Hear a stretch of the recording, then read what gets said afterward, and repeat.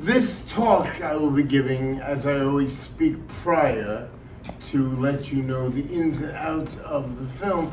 The reason what I do, when I was teaching at Farmingdale State College, I developed a process where I would utilize the film, the spoken words in the film, what was happening in that film, to illustrate American history.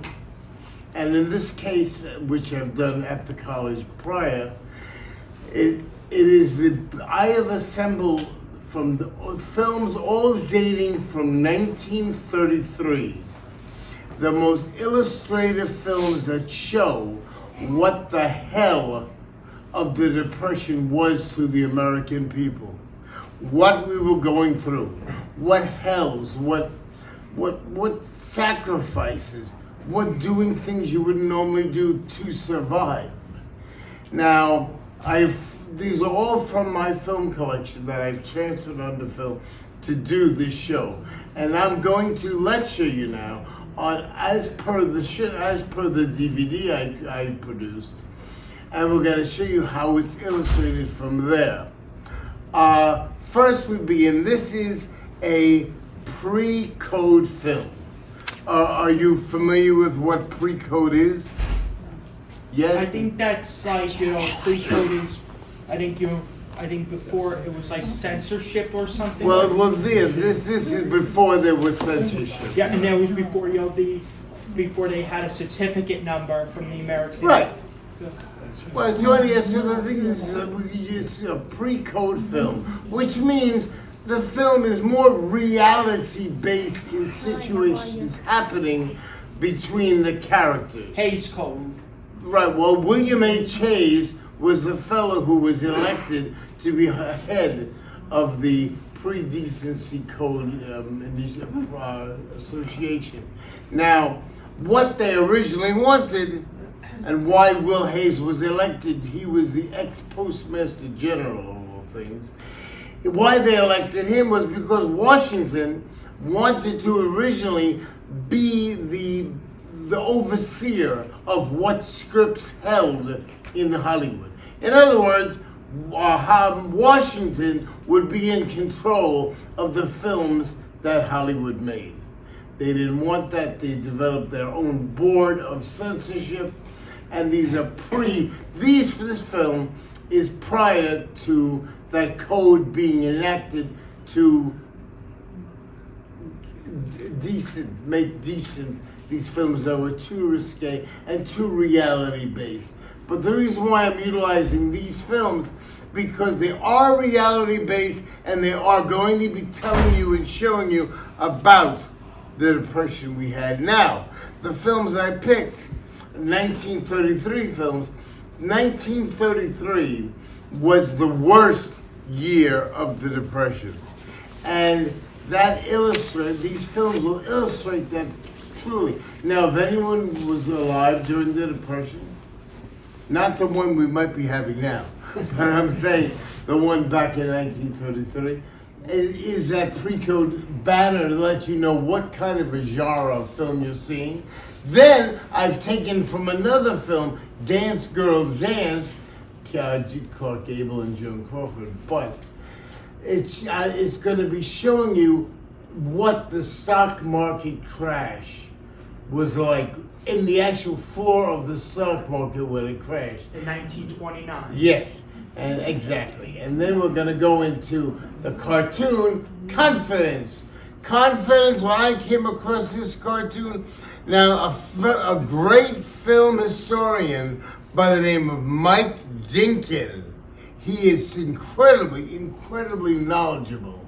I know him from Facebook, and he opened up my eyes to really what this cartoon is about. Now, I never heard of the slogan FDR said of this time period. First of all, there's nothing to be afraid of but fear itself was in his election speech. Okay, but it was reference to the Depression. But he also put out the phrase, America needs a shot in the arm. Now, this cartoon, very wrong on my part that Mike Dinkin corrected me on.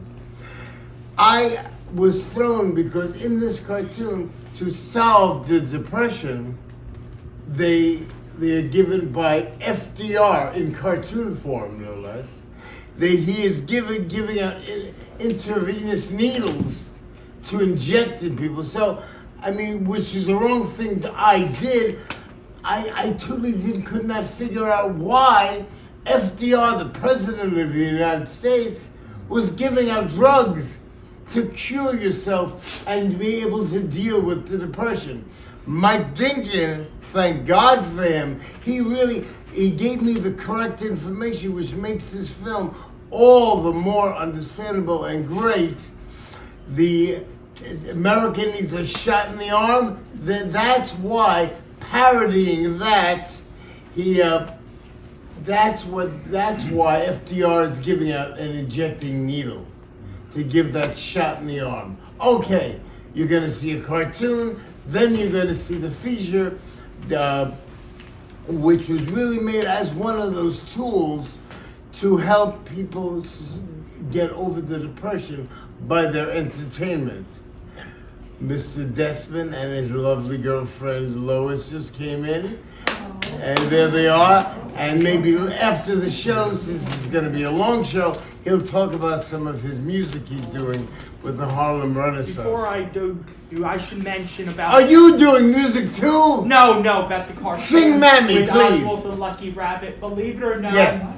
it was created by Walt Disney of iWorks, but Universal brought the rights, and Walter Lantz had the care. That's why the reason why Walt Disney created Mickey Mouse. And what does this have to do with Confidence, the cartoon? Confidence. I'm just saying that... Did you ever see the cartoon? I know it's a Walter Lantz cartoon. Well, did you ever see it? I think I never, but I know. Then you're gonna be blown. All of you are gonna be blown away because this cartoon blew me away, and I have seen 10 zillion films. I never saw a cartoon, a work of animated art, that shows the sadness and the absolute animated form of visual of depression, especially how depression invades America. So enjoy the film. This film is a Busby Berkeley musical. Now, my friend Greg over here, aside from my talking more than he normally would be during the show, I'm just going to say, Greg likes to hear the risque bit of things that went on with Hollywood. Now, I can tell you a lot of things, and I'm going to stay with Busby Berkeley because Busby Berkeley was the choreographer for the film. Busby Berkeley was a big guy. In fact, he looked like my friend Bob Bartonella over there. Big, huge, He-Man kind of guy, you know? But you'd never think he choreographed these dance numbers. Now, this film was another tool to help you all be released from what was going on outside, which was depression. And why this film was so perfect, you gotta realize these films were made for the viewers in the theater in 1933. They never knew this film was going to be ever shown again or exist, which is, of course, the nitrate film stock, which made it so incredibly clear, was highly dangerous. It would decompose as a drop of a moisture. This film is great, and it's going to entertain you, but I want you to see what's going on. Oh, one other thing. This film really shows the inclusion of all people of talent. Now, in the opening number, "We're in the Money." Now, in that movie, in that song, it's all in English. Did you ever hear of a thing called Pig Latin? Yes. Does anyone know how to speak Pig Latin? Oink, oink. Yes? Come on, say something in Pig Latin. I forgot it. Oh, you remember that. Well, yeah, this was the slang. This was the slang of the 30s. And Ginger Rogers sings the whole song. But this Ginger Rogers, when she just got off of Broadway, because she starred in shows like Girl Crazy and things like that. But this is her in Hollywood, and she comes out and the song is in English, of course, sung, but which was not scripted, which was not intended. She wanted to do it as a joke. She comes out and sings her part in Pig Latin, which was another illustration of what was going on in America at that time. Totally different to now. And Busby Berkeley found it so great, so funny, they kept it in. So here's the film. Benji, are you ready back there? Are you there? Mike? There you are. I'm glad you guys came. You guys are going to love it. And you, Lois, you're probably going to get up and start dancing. Oh, I will. Yeah. If you promise us, we'll be there. All right, well, thank you very much. And I have a flyer here for Friday at the Amityville Library, where I am doing a homage to the most surreal and mechanically illustrative film comedies of silence, the third king of comedy, Buster Keaton. I know you'll be there. And so that's Friday. I have flyers. In February the 5th, I'll be showing here The Gorilla. With Hungarian actor Bela Lugosi. There you go, that's right. And Patsy Kelly. But the real stars are a low class version of the Marx Brothers called the Ritz Brothers. Oh. So the Ritz Brothers, Bela Lugosi, and the short I'm gonna have with it, which is similarly themed to the murder mystery, The Gorilla, is the Three Stooges in Dizzy Detectives. If you wonder why I'm pointing at this gentleman over here, he lives for the Three Stooges. In fact, his wife still has poked out eye syndrome from all the pick-twos he gives her. So, God bless you all. I hope I see you again. And it's great, this happy. And Mike Dinkin, the film historian, he told me on the phone, he wants to send you all his love and all his great friendship because he's so honored that you all come to attend these showings. Mike Dinkin sends you his best, and you guys too.